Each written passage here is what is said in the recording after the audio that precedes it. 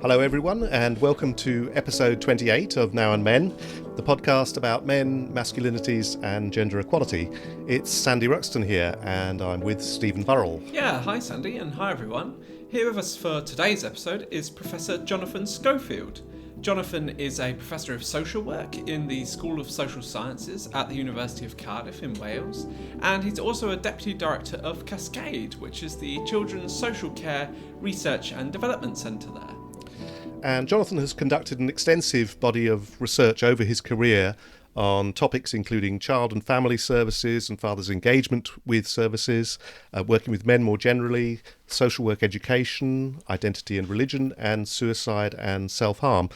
We wanted to focus in particular on the last topic a bit more, as this is an issue we haven't really discussed yet on Now and Men, but obviously for decades has been a key area of concern in relation to health and well-being, particularly amongst men. Yeah, and we just wanted to say at the beginning, as with several other episodes of Now and Men as well, we will cover some quite difficult issues today. So please do just take care of yourselves as you listen and afterwards, and do have a look at the show notes for the episode, because we do always put more detail about what we'll be discussing in there in case you just want to check that first. So hi Jonathan, and thanks for joining us. To start off with, now in the UK the suicide rate, as I understand it, has fallen considerably since the 1980s, but it's risen again in recent years. And overlaid on that, men are 3 times more likely to take their own lives as women. We know that a common narrative in relation to this, especially in the media, is that men are generally less inclined or unwilling to seek help when they need to. Do you think this is an adequate explanation of what's going on here? And if not, why not? Hi, Sandy, Stephen. Thanks for having me on the podcast. So, I think we need to be a little bit wary with this if it's being used as a overly simplistic explanation. So there is something to be said overall, looking at a variety of different physical and mental health conditions. There does seem to be evidence that men overall are less likely to seek professional help. But I guess two issues with this. One is that if that's the only thing that we have to say about self-harm and suicide from a gender perspective, then that's incredibly limiting. But also, we do need to pick it apart a little bit and just be careful about how we use it as a generalization, because of course, once you break that down, you look at particular kind of health conditions. It may be that there are health conditions where there isn't much difference between men's and women's help seeking. And of course, then you've got the issue of different groups of men, because, there may be some respects in which men may be very likely to ask for help. I mean, if you think about some of the stereotypes we have, the old man flu stereotype, isn't it? Of course, it's a joke, isn't it? Essentially, it's a joke about men being less good about coping with the same kind of symptoms as women are. But it doesn't speak to men not necessarily asking for help. So I'm not suggesting we blow down a whole load of rigorous evidence on the basis of a stereotype. Absolutely not. I just mentioned that to say that we should just ask some questions about this general trend of differences between men and women, and think about what else is going on within that, really. And in particular, so there could well be some much more substantial differences between different groups of men than there are actually between men and women. This is something that's been pointed out about the research on men's health more generally. I remember Raymond Connell writing about this in one of her books, can't remember, it might have been The Men and the Boys, I think, sort of rather critiquing the emphasis on men's health for perhaps overstating the gender differences at the expense of other kinds of diversities that we need to focus on. So certainly in terms of suicidality, I think it's really important that we look at diversity of masculinities. There's a bit of an unhelpful tendency, I think, when we're thinking about masculinized social problems, of which there are many, and social suicide is a clearly one, isn't it? Suicide is a topic that many people know that there's big gender differences in the suicide rates. It's pretty consistent across the world that men are much more likely to take their own lives than women are. And it is a bit of a tendency to create binaries whereby, because suicide is a tragic outcome, that men who are suicidal are simply put into the category of social victim, as if, again, that's all there is to say. And, other social problems are seen as men as, sort of seen as perpetrators, I guess. In fact, once you break down what's happening with suicidal behavior and different groups of men, different masculinities, plurality of masculinities, you see that it actually gets much more complicated. You wrote a paper back in 2005, which set out, I think, a slightly broader approach to the topic, and that still seemed very relevant when I looked at it. I wondered if you wanted to expand on what you proposed then, particularly in terms of sort of the range of factors which may help to explain suicide amongst men. So, I think you talked about loss of honour and status and emotional illiteracy and some issues like that. Do you want to say a bit more about that and about that paper? Yeah, sure. So I suppose it's a bit of a challenge, the idea of just comparing men and women as sex groups and not looking at diversity, and also not taking power into consideration. And it's important that we learn from feminist scholarship that we already have, which sheds light on men and masculinities. So I suppose I talk about the need to look at diversity of masculinities and talk about Connell's hierarchical model of masculinized practices. So I suppose when I was writing that paper all those years ago, it struck me that there were some very different kinds of masculinities that were represented in terms of elevated risk. So, for example, you have the protest masculinity of young offenders, who often might be displaying a kind of hyper-masculinized set of behaviors. And you also got the subordinated, in Connell's terms, masculinity of gay men. Obviously, things have moved on with the position of sexual diversity in society since some of Connell's early writings. There might be a debate about whether the term subordinated still applies in 2023, but I think in some respects it still does. And the fact that you've got these two very different forms of masculinity, both representing elevated suicide risk, I thought was really interesting.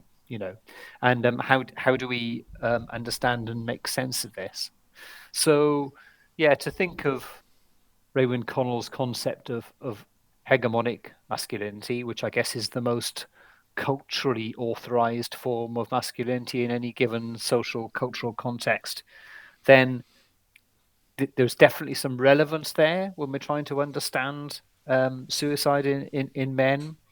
So in the paper I write about when hegemonic masculinity fails. I think I talk about the failure of the patriarchal dividend to deliver as promised.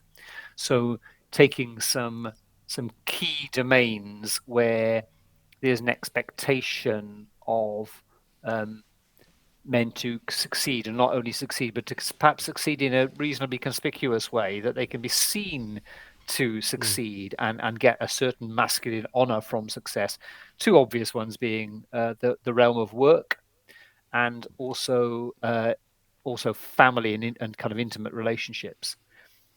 So with both of those, we see that some of the wide spectrum of evidence we have about suicidality would suggest that there's risks there associating for when those expected roles don't work out. So it could be unemployment, it could be the sudden loss of a job, or the loss of a rank within a job. There is some evidence about demotion, for example, in organizations as being associated with elevated suicide risk, or other issues to do with money that are not work per se, but people having a lot of debt.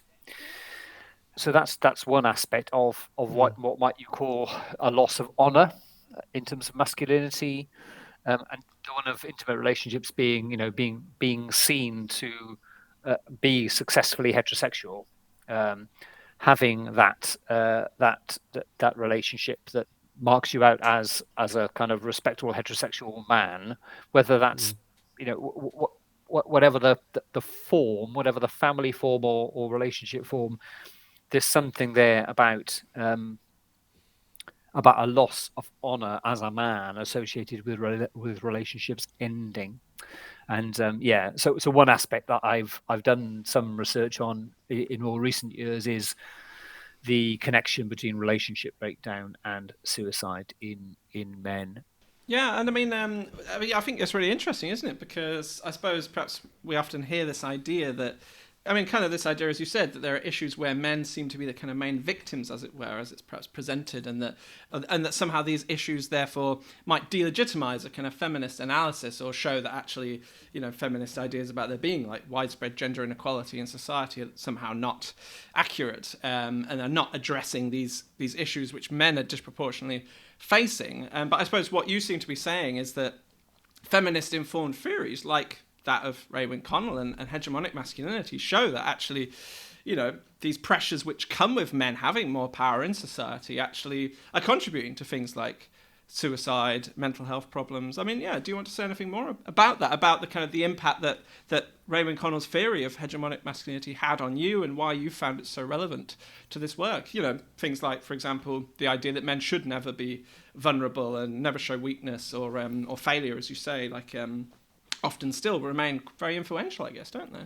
Yeah, so a term I've always quite like from William Courtney in writing about men's health is he talks about the social construction of the stronger sex in relation to men's health. So there are ways in which sort of patriarchal advantage does actually end up being kind of bad for everybody, really. Certainly bad for women in an unequal social structure, but also can be also bad in terms of men's health. And definitely strong connections with feminist theories about masculinities, as shown in Connell's work. So hegemonic masculinity, I mentioned just there. There's also the connection with domestic abuse, which I've written about in relation to a couple of studies. So, and this is definitely a challenge to the idea that we should only understand men's suicide in terms of social victimhood. That there are indicators that a minority, but perhaps an important and not small minority of suicide cases take place in what could be broadly understood as a context of domestic abuse, such as we have looked at samples of suicide cases where you have really extreme cases like a murder-suicide case where it's really overt. But also, and I'm thinking of another case in the 100 that we studied in one study of coroner's files, where there was a clear motive of punishment by the man who took his life of his female ex-partner, which was played out in the suicide note, as well as the other evidence that had been given in the days running up to the death. Now, those are quite extreme cases. There were other cases where the power abuse was less overt, but nonetheless there were indications of very kind of very troubled and power imbalanced relationships, which kind of form the context of the suicide. Also, a lot of use of threats of suicide as part of the range of behaviours that were that come across as the context of domestic abuse. So once we start looking at those circumstances, it does poses a challenge to a kind of simplistic suggestion that the elevated suicide rate in men needs to be understood simply in terms of how hard it is to be a man, and any kind of anti-feminist narrative about how hard feminists make it for men in contemporary society. I think that's very easily knocked out of the water. And unquestionably, there are elements of masculinity in all this where you can quite rightly focus on some aspects of social victimhood. I mean, another thing I wrote about in that paper that Sandy referred to was, we talk about two aspects of subordinated masculinity in Connell's terms. So one of gay masculinity. Now, the evidence is not very clear that gay and bisexual men are more likely to actually take their own lives. But in terms of having suicidal thoughts and suicide attempts, then yes, that is pretty clear that they are at greater risk. It's also true for trans men. Does that relate to the sort of notion that men should conform to a sort of heterosexual ideal, and that there's extra pressures on them if they don't? Yeah, and I do think these these things are changing quite certainly. What we see changing quite rapidly. If we see things like the British Social Attitudes Survey, which is done every single year, we do see shifting attitudes in society to sexual diversity for sure. But we still have, a powerful legacy of homophobia that has not disappeared, has it? By any means, we still see that gay, bisexual, and trans men do see growing up, and yeah, I think that can be understood in terms of this concept of subordinated masculinity, a form of masculinity that is the opposite of being culturally authorized, which is actually quite culturally denigrated. Yeah, homophobic bullying presumably is part of that picture as well. That's right, absolutely. And the other form of subordinated masculinity I write about in that paper is men with a diagnosis of mental illness. If we think that an important part of hegemonic masculinity is rationality, then men who are to whom irrationality is ascribed, they're seen as being irrational, or perhaps they do actually have some ways of thinking because of psychosis. It does put them fairly, obviously into that category of kind of not so rational thinkers. Then again, it's a way in which they, that form of masculinity is very much subordinated. So I help out with a weekly men's group in a mental health charity, and certainly those men who regularly come to that don't have, a great deal of social power in their lives. Quite a lot of isolation.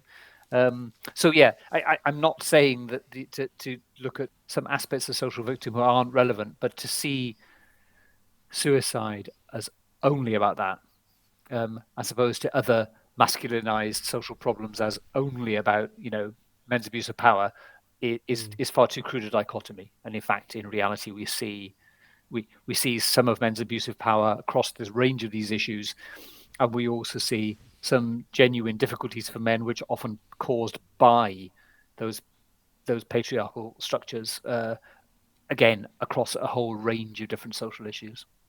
Could I just ask about age as well within that? Because, as I understand it, since about 2010, it's men who are aged between about 45 and 64 who have actually had the highest suicide rate. Whereas that sort of in popular discourse, we tend to talk about suicide as something that young men are more likely to do. What is going on there? Do you have a perspective on that? Yeah, you're very right to point that out, Sandy. I think there's two kind of mistakes that are made in popular discourse around men's mental health. One is that it's all about them not seeking help, as if that's the only thing to say. The other one is that it's an issue for young men. Actually, the suicide stats don't show that. It is true often. Because young men don't tend to die very much of other things, they don't tend to die of the physical morbidity that you see later in life. Suicide does loom fairly large as a cause of death for younger men. But however, you're absolutely right to say it's that middle-aged or later middle-aged group, which is the one at greatest risk. Samaritans did a very good piece of work some years ago. I mean, now back about 10 years ago, that I was involved with at the time. They published a research report, and they did a series of kind of developing social marketing techniques which are specifically looking at middle-aged and working class men, because they were precisely trying to do what I've been talking about today, really, which is trying to break down the unhelpfully undifferentiated group of all men and say, well, no, actually, there are certain groups of men that are particularly at risk here. So age is an important one, as you say. It is middle-aged men, and it is quite class-based as well. So there's generally at all ages a higher suicide risk in more deprived communities, much higher. And we see this particular concentration on this group of middle-aged men. So I think there's a lot we still don't know about this group of men. But one thing that has been posited is perhaps a group of men who have, and this is really very relevant to us talking about the context of feminism, that whereas younger men who have grown up with the you could say grown up with the benefits of feminism, right? So grown up with the kind of positive lessons that have been learned from feminism about a wider range of ways to be a man, and that emotionality, for example, being more encouraged, which I think it undoubtedly is now. You see young men. You even see some people, some scholars of masculinity, talking about inclusive masculinity, which is a kind of controversial kind of body of work, but nonetheless, there's a discussion to be had there, isn't there? And that's based on research with younger, more middle class men showing, very different ways of being a man from what perhaps their fathers would have done. So young men perhaps haven't grown up with some of the benefits of feminism for them. But this group of men, as you say, the ONS talk about 45 to 64. That group of men is a group who have, experienced a number of things at once. They've experienced perhaps the change to move away from the dominance of manual labor, but perhaps haven't, because they're that bit older, had already lived their youth, their childhood and teenage years before encountering feminism, maybe had less positive engagement with it, and perhaps are struggling a little bit more in the kind of current gender role that we have.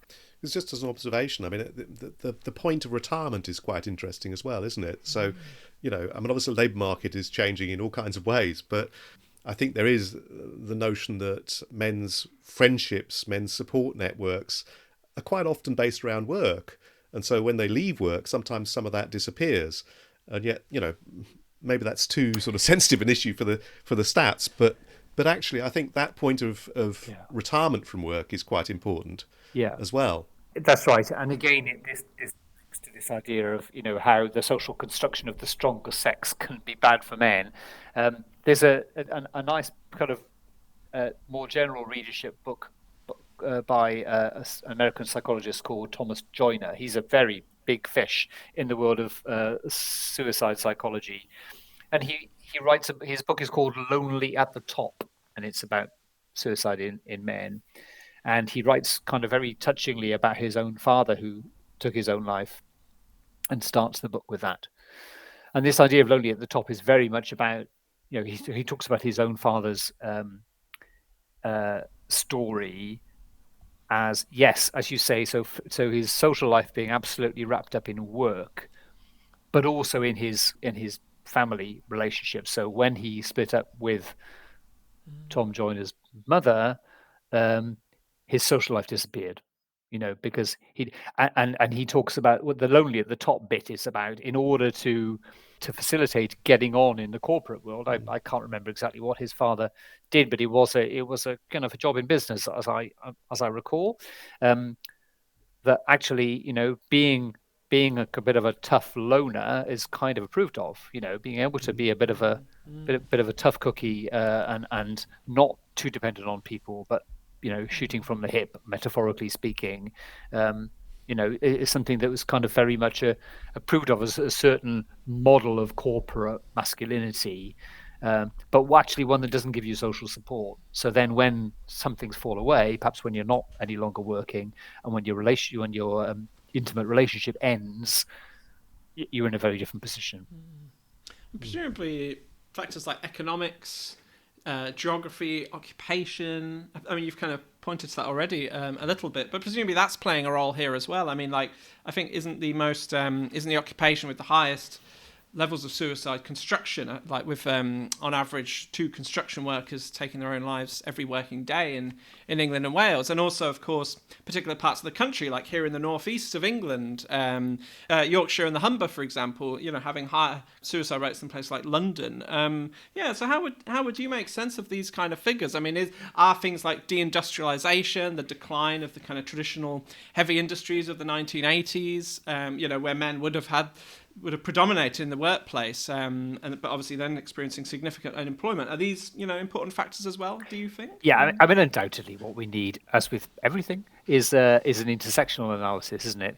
So, absolutely we can't just talk about gender. Undoubtedly, for men and women, there are greatly elevated suicide rates in more deprived areas, and I guess we can explain that from some fairly obvious things to do with the strains of living in poverty. The direct strain on the individual and the family of not having enough money, but also the social problems that cluster in those areas. The much higher crime rates, much more active drug scenes.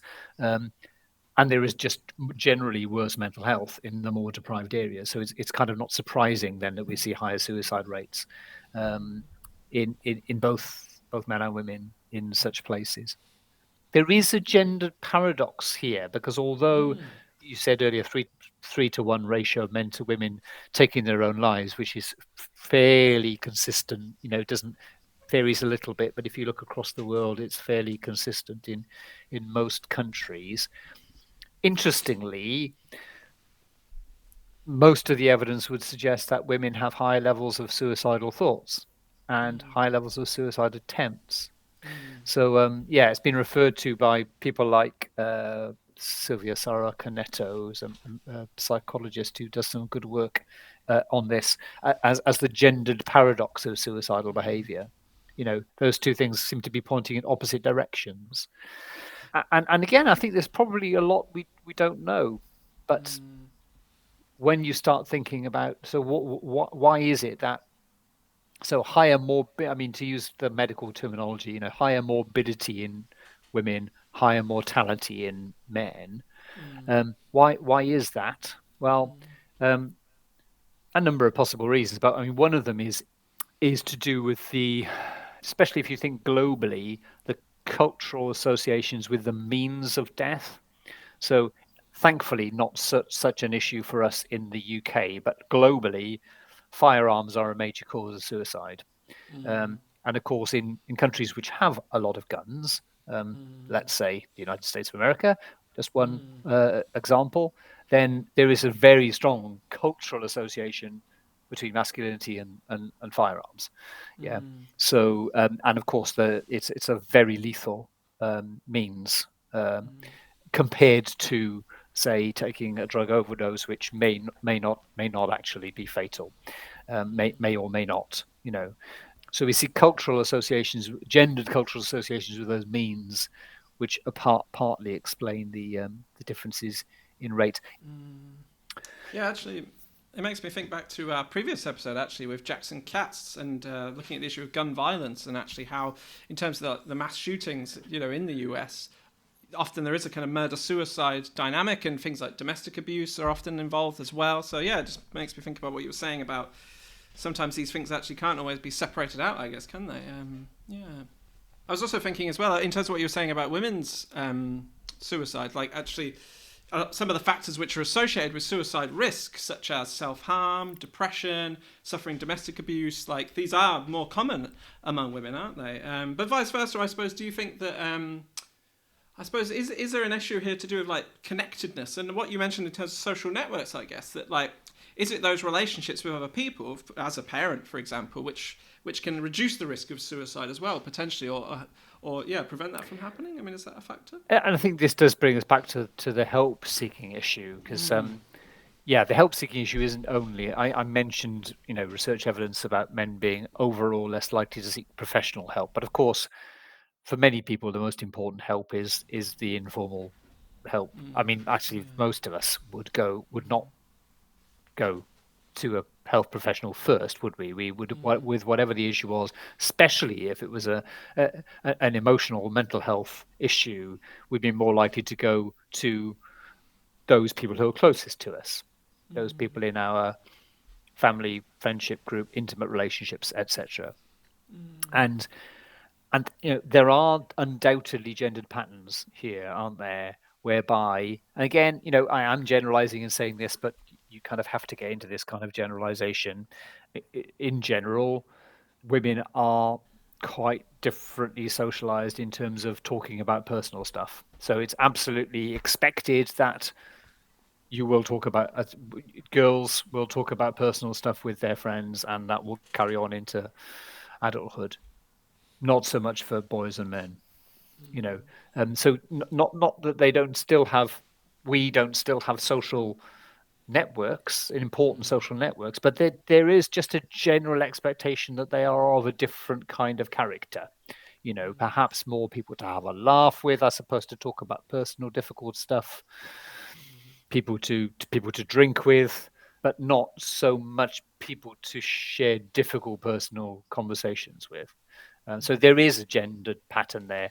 I mean, with all of this, we've got to be wary of what sociologists would call the ecological fallacy. Something that is an observed general trend in society doesn't necessarily apply to the individual who's in front of you in the GP surgery or whatever. So always put a caveat around all of it. But there is undoubtedly a bit of a trend there of men dealing with difficult personal issues in a social sense in a very different way, or not seeing it as part of the everyday social interaction.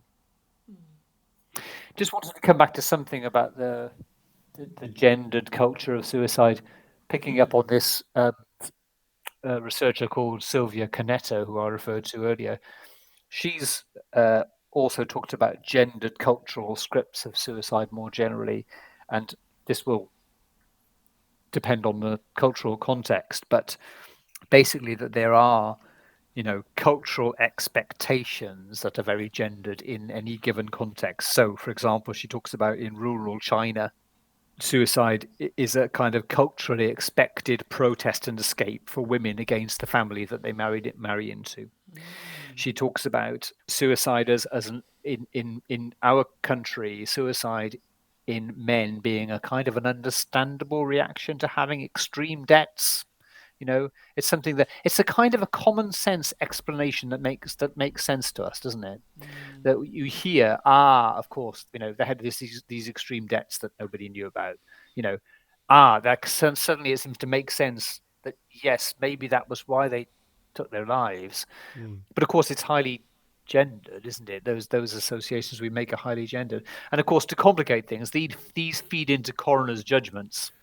So then these perhaps more culturally predictable suicides are more likely to become a suicide verdict in a coroner's court, because those common sense explanations make sense to coroners.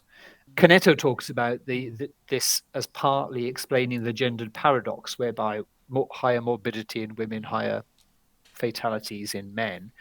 Because she says that suicide attempts are actually feminized in some respects in our culture, are seen as in some ways indicating a kind of a weakness, and a death by suicide is almost constructed as a decisive act and masculinized.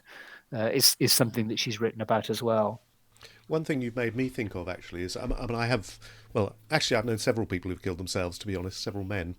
And one of the things it has made me think of is the pressure on on families to try and explain, I mean, there are the common sense explanations, as you say, but there are times when there's no obvious cause at all, really, and it's left as a kind of a big question, in people's lives.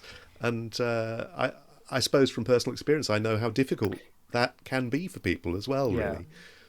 If you don't have Yeah. explanations. It's incredibly difficult for those left behind, and there is, unlike with other forms of sudden death, there is a whole kind of climate of hovering morality and possible blame attached to individuals, isn't there? Which you don't get. Well, if someone dies in a road traffic accident, there may be some sense in which one of the drivers is inverted commas to blame, but with suicide, Yeah. it's there's absolutely a hovering questions about that, which are incredibly difficult for those who are the nearest and dearest of the Yeah. deceased. Very, very difficult indeed. And yeah, in cases where it really is a puzzle, then that's probably where these gendered cultural scripts start to feed in. That we start to think of the kinds of things that make sense to us culturally, the kinds of what we think is of kind of familiar explanations for suicide that yeah, make sense to us on some human level. Perhaps sometimes in the absence of anything to go on, no note, no declared statement of intent from the deceased. And also that pressure for families of, what should we have done Yeah, absolutely. to prevent this? Absolutely. Yeah. Yeah.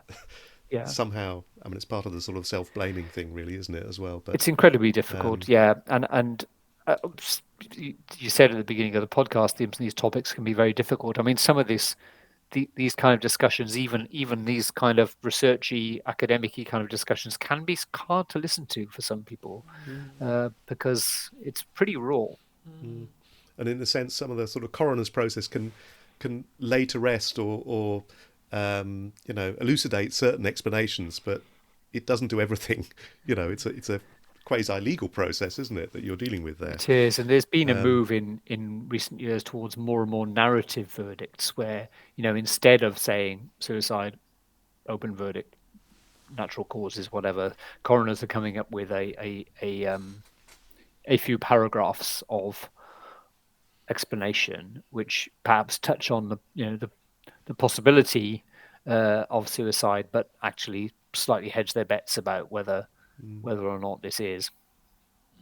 And in some ways that's almost responding to I think trying to respond to the difficulties that families experience. Right.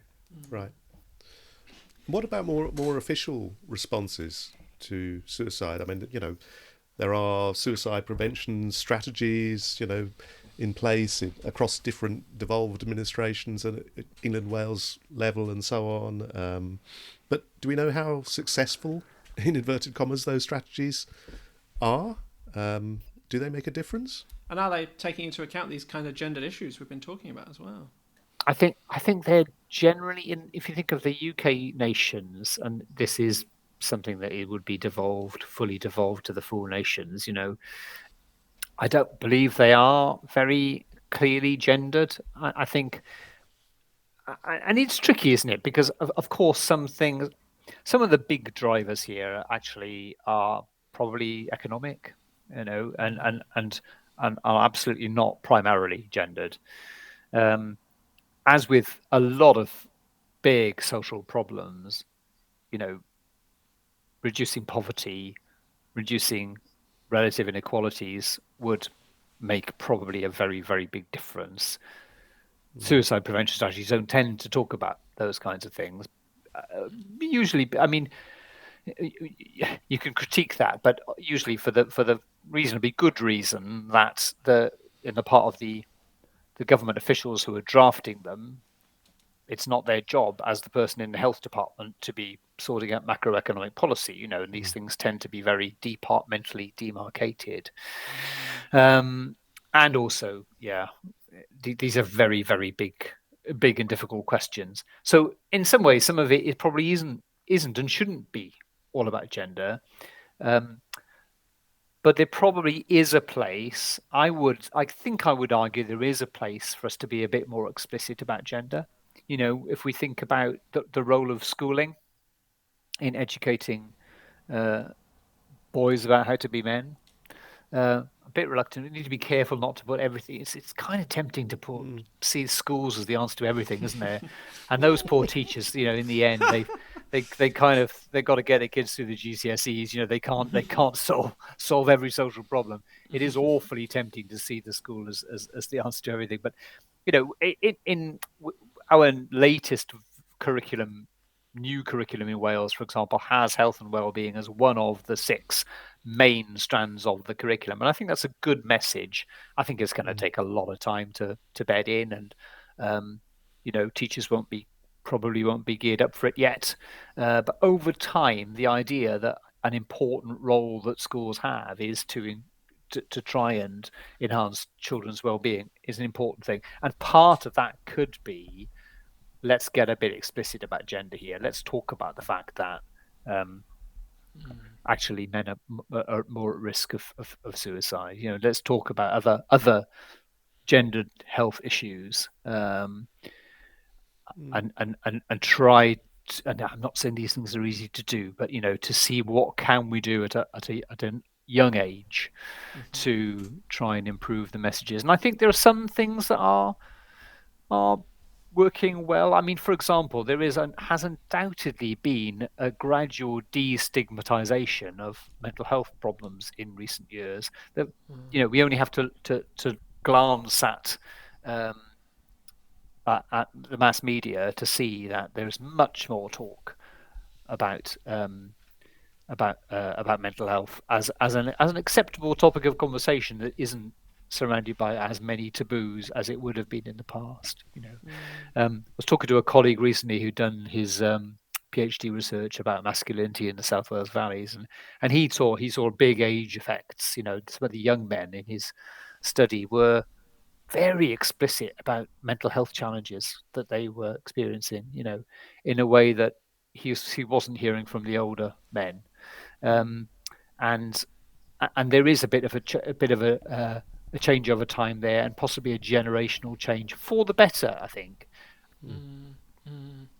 Yeah, well, and just to move topics a little bit, another area which you've kind of done research on is that of engaging fathers in child welfare services, and so within that you've argued, similar to some of the things we've been discussing already, is that one of the main obstacles to father involvement is that men are often labelled as either being a kind of a risk or as a kind of resource for their children, as opposed to actually being potentially a complex mixture of these different elements. Would you like to explain a little bit about the different perceptions and constructions that are made about men and fathers within this kind of practice, and how they play out?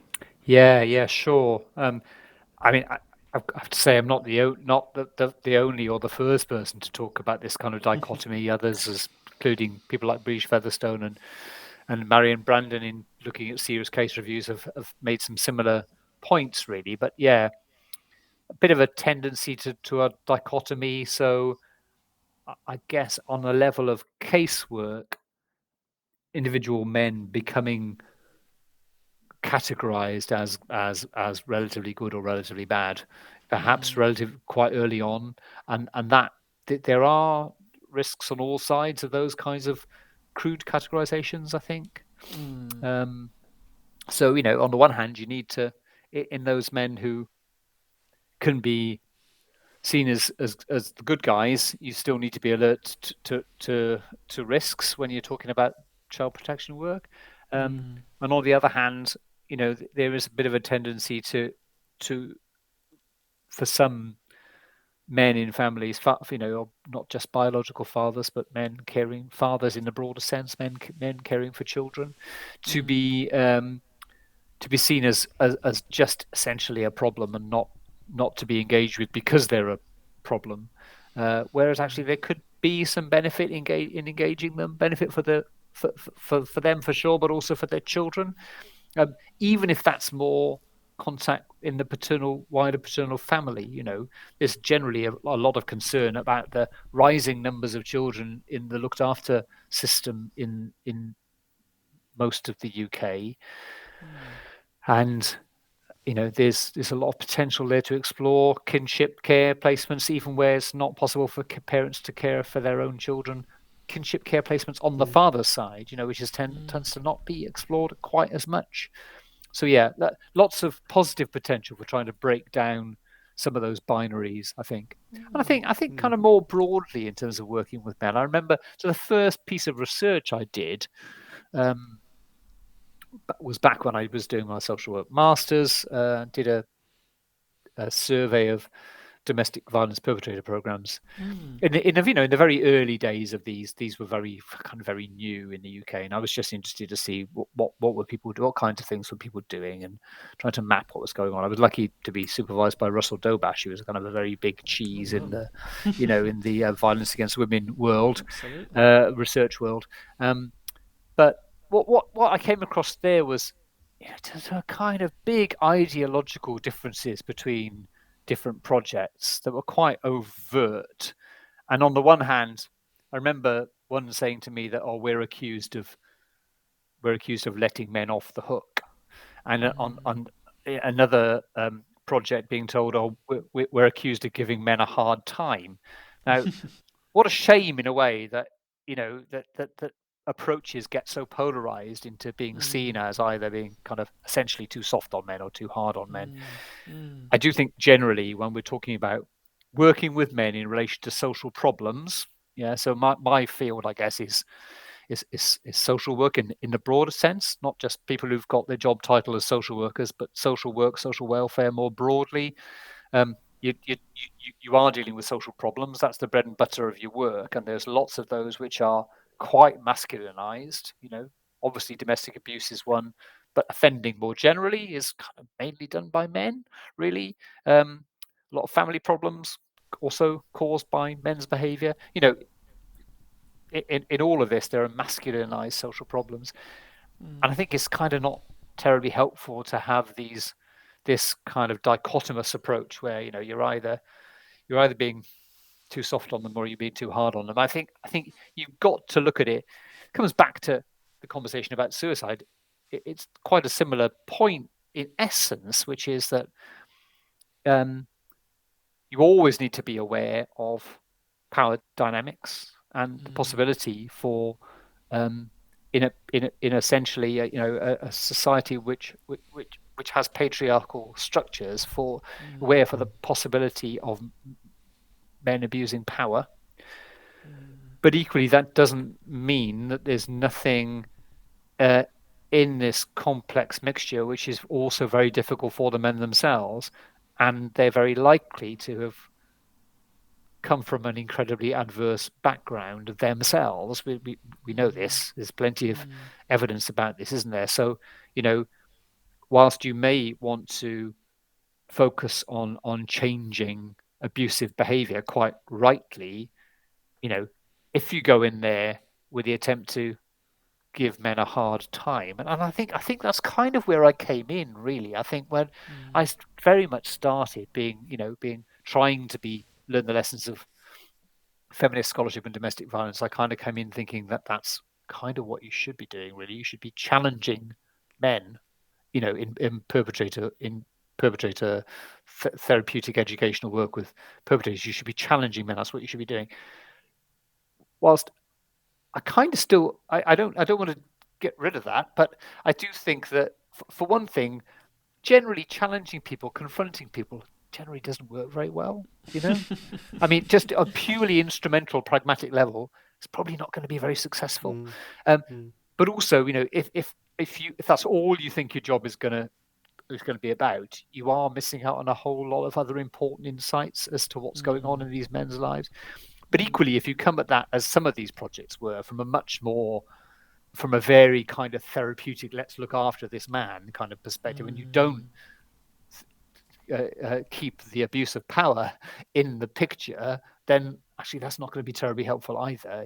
And you have to have essentially a more rounded approach. It also raises interesting questions about how women are seen as well. So I mean, very often in terms of child welfare, women are seen as particularly responsible, more responsible than men. And so that heaps extra pressure on them. In fact, hugely, and lets men off the hook. and that's So very important. it's a really that's a very, very important part of the context of why work with men in child welfare is actually not great, and the engagement of men is often quite limited. Probably the biggest reason is what you just said, Sandy. The assumption that actually when push comes to shove, it's kind of the mother who's got to step up and take responsibility here, and that's even when she's a victim of domestic violence. There is this unfortunate common practice of, I mean, you've probably come across the term failure to protect. It's a term never applied to men ever. It's a professional term in the child welfare social work world, which is only ever applied to women. And essentially it's applied in situations where a woman is living with an abusive man, but yet the system kind of focuses on her, and it's not there are, again, some pragmatic reasons why that happens, and I think it's not an easy thing to shift, but we do need to look at how we're going to shift it. Absolutely. Well, just the last question I had. I mean, I think everything we've talked about today has just highlighted actually how a kind of feminist gendered analysis has so much relevance to these issues affecting men, such as suicide or fatherhood. And we do like to always ask, a personal question of our guests as well. So, could you perhaps just say a little bit about, what feminism means to you? Like, how did it come into your life, or what impact has it had on you and your work? Thanks, Stephen. It's a nice question. Nice to be asked something about yourself, as opposed to work. I mean, a very powerful impact in the sense that I think it was part of the reason for going into social work. Back in the day, I trained to be a probation officer when you did that through the social work route. That's what we used to do, and I think part of my interest in probation was coming from a kind of feminist informed critique, about that work, and that work could be done in a pro-feminist way. I mean, it's a hell of a lot harder to do in practice than it is in theory. But I think that was kind of very influential in that, and then the reason, from when I first came into academic work, I decided to follow that through. Ended up doing my first piece of research about child protection rather than probation, but gender was the focus of it. And then actually I got into suicide through the gender issue. So I got into doing research on suicide, which I then did some other studies on, which were not so gender focused, because it was a really interesting issue in terms of working with men. So I mean, all of that very much influenced by, I guess, an encounter with feminism as an undergraduate student. I mean, that's where I properly encountered it. I mean, certainly was brought up by a feminist mother, but not one who would have particularly used the word. Do you know what I mean? But then more explicitly encountering it, as a student, and student politics, which are kind of very, very influential on me. And it's a tricky thing that you need to. I guess I haven't done very much critical thinking on myself for a while about my own relationship to feminism, but it's an important thing to do, isn't it? Thanks, Jonathan. I mean, I think you've mentioned feminist analysis quite a lot in all that you've said to us today. So clearly is of significant relevance to your approach. So I just want to say thanks, really, for talking to us. It's been really very informative and interesting, and I've learned quite a lot from talking to you. So thank you. Yeah, thanks for all the work you've done. Totally. Yeah. Thanks to you both for having me. It's been great to be here. It's our pleasure. Thank you. Thank you. Well, Stephen, there were so many different dimensions to that conversation about suicide, weren't there? Really important stuff. What did you make of it?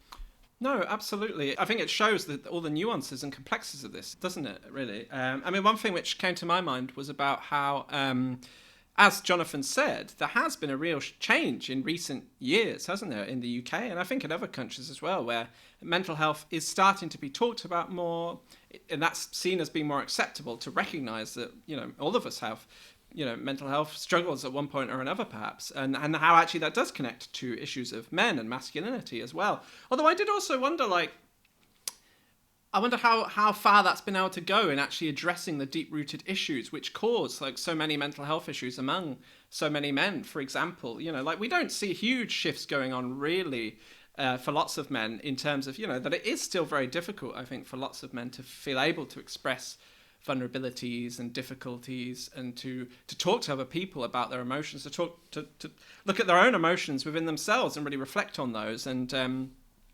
I suppose one thing which comes to my mind, which we did kind of talk briefly about in the episode, was how crucial relationships are, right, and connections with other people as a kind of protective factor, right, and in terms of getting that kind of support and helping you to deal with these things. And I mean, I think that's something I can relate to in my own life. That's something which I think is, if anything, that's potentially getting worse, isn't it? We live in an increasingly atomized society when you think about neoliberal capitalism and how we're all often quite isolated. And I think that's such a huge issue, isn't it, among so many men, quite isolated. And even if they have friendships, as Jonathan said, they can be quite surface level and don't get into the deeper emotional, huge range of emotions we all have. So yeah, I think there's real change needed there, really, isn't there? And reflection about how can we develop more and stronger relationships among men as a way of, not least as a way of helping to improve our mental health, really.